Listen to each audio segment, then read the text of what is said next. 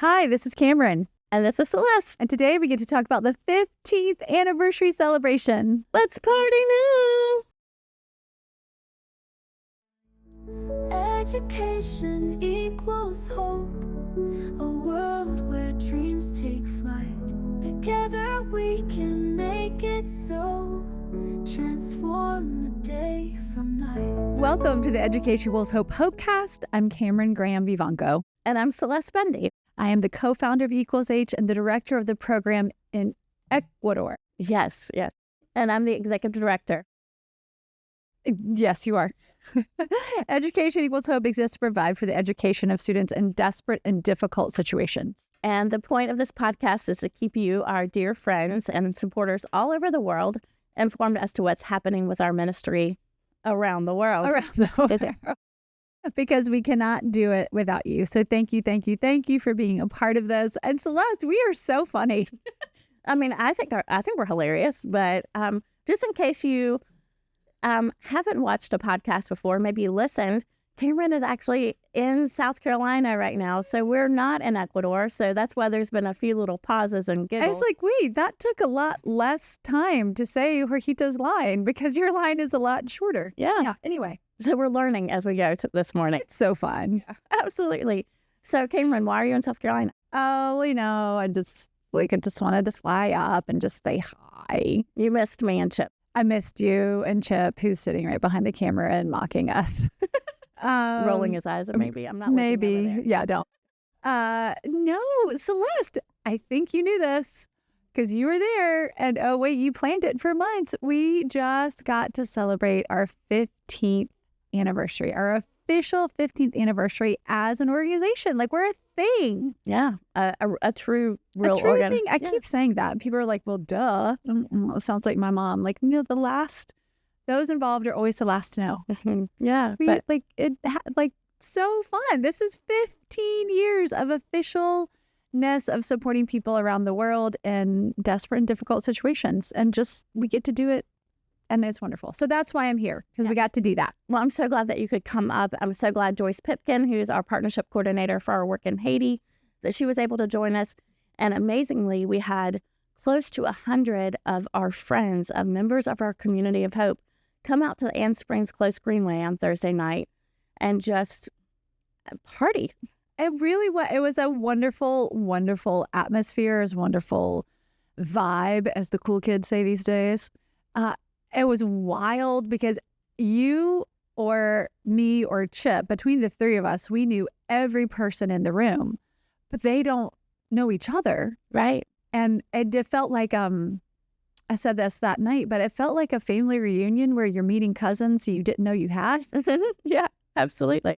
But it really was. And for us, it really is family. Like, people coming in from, I had a friend from high school. I had friends from college, had the people from Camp Tonawanda that we've talked about, dear friends there came. And as they continued to partner with us, and Kehi, a representative from there. And EW Process. It wasn't such a long drive for them since they're based here in Fort Mill. It wasn't a long commute. But of course, EW Process and Lord and Company, like all the churches, Bishop Daniel Richards walked in the door.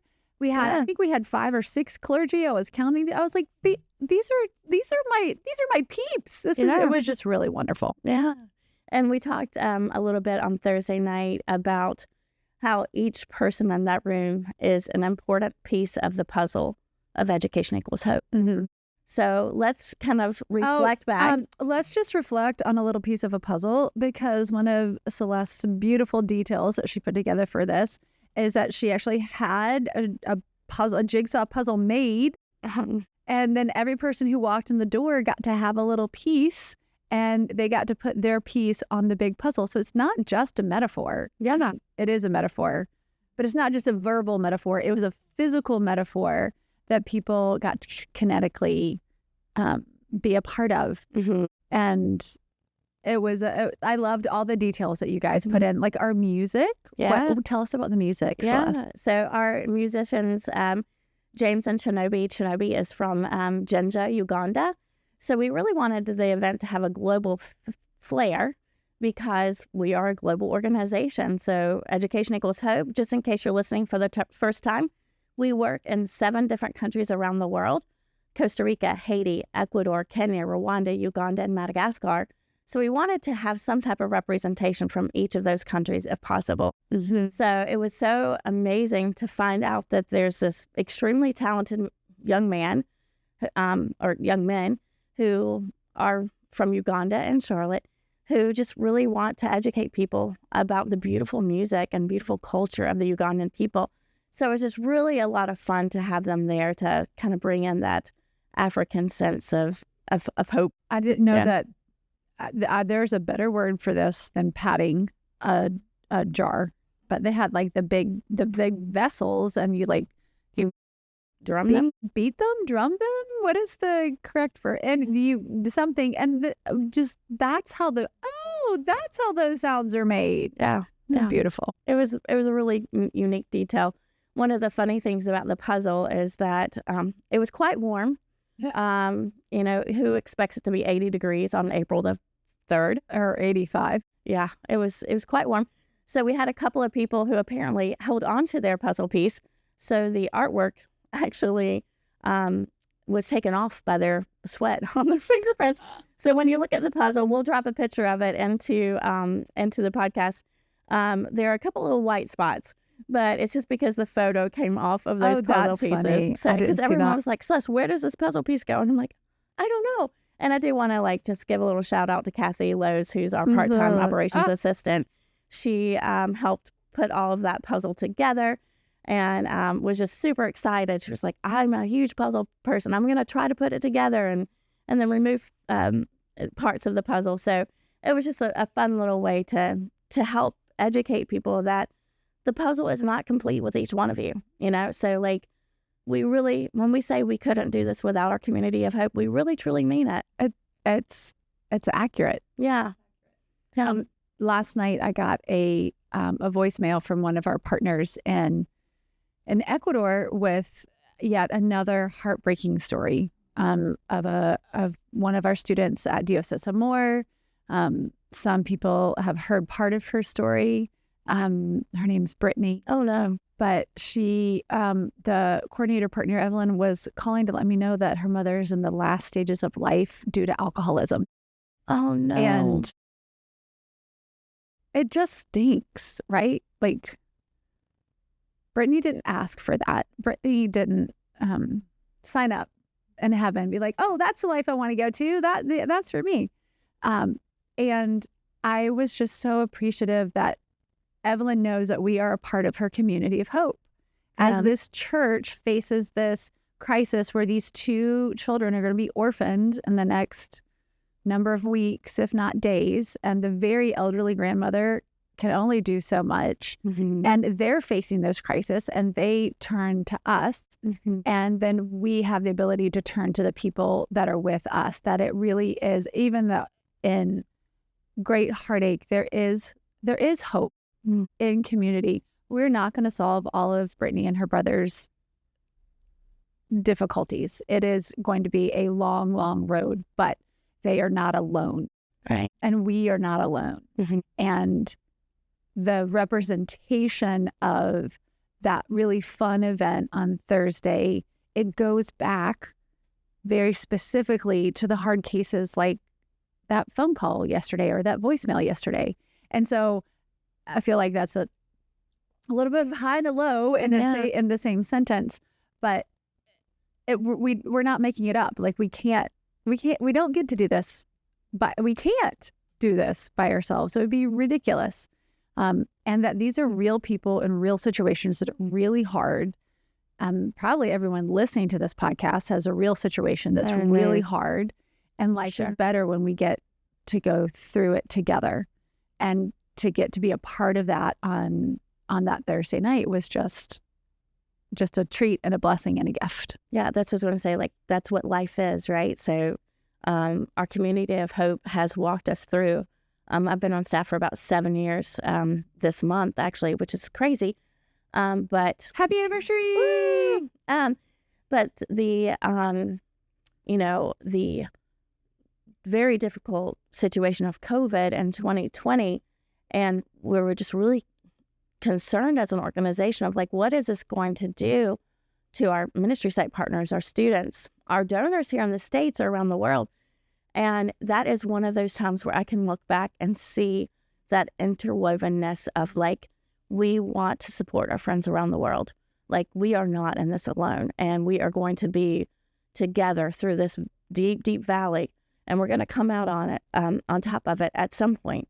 That took a little bit longer for our friends around the world, but that is life. That is what relationship is, and that's what we talk about as an organization all the time, is intentional relationships. And you and I wouldn't be sitting at this table if we didn't have those strong relationships with our community of hope, with CHIP, with our board of directors, with our church partners, So thank you for being a part of the roller coaster of hope, So, but hopefully, as we reflect on the mountaintop of 15 years of being an organization, one of the questions that we kind of prompted you with on Thursday was, how does it feel to see what started really way back in 2003 when you arrived in Ecuador with one young girl, Laura Farinango? How does it feel to know what started with Laura grow to impact thousands of students around the world? It seems like a dream. I think that's why I walk around going, we're a thing. Yeah. Like, this really happened. This am I really going to wake up from this? Yeah, like what? So there is that, and the fact that you don't actually really know how your life.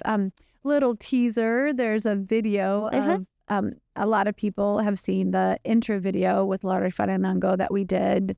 I'm like, get Chip to see if you can remember the year. It was a while ago. I think maybe 2005. No, because Chip was involved. Chip was involved, and I think Graham existed on the planet, so I think it was about 12 years ago. Okay. Those markers. Right. Yeah, it helps. I don't have seasons, like 4 seasons, but I have markers of my children. But we got to go back and do like kind of a follow-up with her, because she is still a part of Equals Age. And we, I'm not going to tell her whole story right now. Maybe we'll have her on the podcast. But we got to see where she is now, and we're helping her study early childhood education. I also known as basic education. Well, that's how it got translated, because no one asked me to check through the translation. I laughed, and I know that was a little wink from everyone who makes fun of me for the name. Anyway, I digress. Anyway, we get to support Laura in early childhood education now, and so to see just in her life and her trajectory how many people she's impacted. With just her life, and she continues to be blown away that God would use her in a really terrible, miserable situation. That was the seed that has grown into over 3,000 students on a daily basis in 7 countries, and that's this year. Yeah, exactly. Actually, growth mindset. Yeah, we're putting together information. You guys will be receiving our annual impact report. It's gonna grow from a front and back piece of paper to really like a little booklet, because there's just so much There's so much information. Yeah, and so like we were doing some calculations this week, and I was like, okay, now it's over 3,200 students. So if you get something in the mail that says over 3,000, it's still accurate, but it's just like we're constantly updating the numbers. Which is so exciting. And so many different ways we could go in this conversation, but because of all the different ways we're growing in this and this and this and this. But to go back to your question, I just want to acknowledge, to sound like a broken record, I really apologize, that the first time someone says, how does this feel? It feels like I should like respond with like, oh, I just feel so humbled. But that is a really, that answer feels icky to me, because that answer, although maybe socially correct, feels like it is putting the focus on one individual. Sure. Which it never, ever, ever, ever would have gotten here if it were about me and what I can do. And so I just want to like check that box, but it just feels right. It feels like the next right thing. And over and over and over again, the conversations that you and I have had, that Chip and I have had, that we've all had, that the board has had, that people, incredible people, the board. And I would like to say that it was Dorian Del Priori and Diana Dedrick and Jack Hardaway and Janice Chalaron were the clergy, because they're actually people. They're not just clergy. And Father Lucas Crossland. I didn't know Lucas's last name. Sorry, Lucas. And Lucas. Yeah. Yeah, we had 6. Sue Von Rosenkranz. Oh gosh, Bishop Richards. I did say him earlier, but yeah. And Suvan is part of our is what on our board, as is Dorian. Like, we have these incredible leaders in the church who are a part of what we're doing. Anyway, it felt icky just to like group them as like clergy earlier, because clergy are people too. And they're phenomenal and wonderful. But it feels like the next right thing, like all of those people I just named and all of the other 92 guests that were on that list, that I really want to read out all of their names. Because everyone was just the next right involvement, the next right person, the next right piece of that puzzle. Exactly.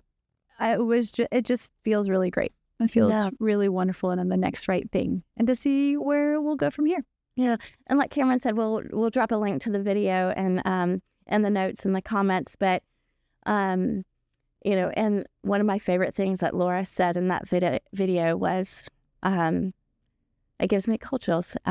You've helped a lot of little Lauras, and then we were able to get a video from a student in each of our country, and they're saying, "I am hope," in their natural language and their first language. Which is, you really got to pay attention, because the I am hope doesn't change, but their native language changes, and it's so fast. And some of it's like, really? Wow, which language was that? Which language is that? Just amazing. And if you watch it again, so the country's on the left of the student. Okay. So then you'll know. That's a lot to take in. Yeah, it was a lot on one slide. But, it's... you have a vision for something, and then it's hard to put all those details together. It's incredible. It's just so much information that you need to know. This is the country. Here is the language, and it means I am hope. Right. Yeah. Yeah. And like, how do you spell all of that out? So, and that was kind of fun, because we talked with our on-site volunteers or staff and said, hey, if there is someone who is in Ecuador or Costa Rica whose name is Esperanza, which means hope, please have them record it, because it's more real to them. They truly are hope, right? Or in Uganda, I don't know what the word hope is in Swahili. So there was a little confusion, but their name's Steward, not Hope. Do you still want me to say that he is Hope? And I'm like, yes. So it's just, again, the puzzle pieces of working all those details out. But it was just such an amazing opportunity to pull together those of you who were able to make it. And if you weren't able to make it, just know that you were truly missed. And very much there in spirit, because we can't do it without you. Yeah, absolutely. And that is, I feel like it is, the word hope is used a lot in everything. If you Google organizations who have hope as part of their names, the list is going to be very long. But it is truly the core of who we are and what we do. We want to provide hope. We want to provide joy, peace, love to these students like Brittany and to Laura. It breaks my heart to hear that Brittany's mom is on her deathbed. I was a part of a team with Movement Mortgage last September. Shout out. Yeah. And we actually got to visit Brittany's home and spend time with her grandmother. And her mom popped in and popped back out. And the grandmother just kind of started weeping, because she said, I'm an old woman, and if I die, what will happen to my grandkids?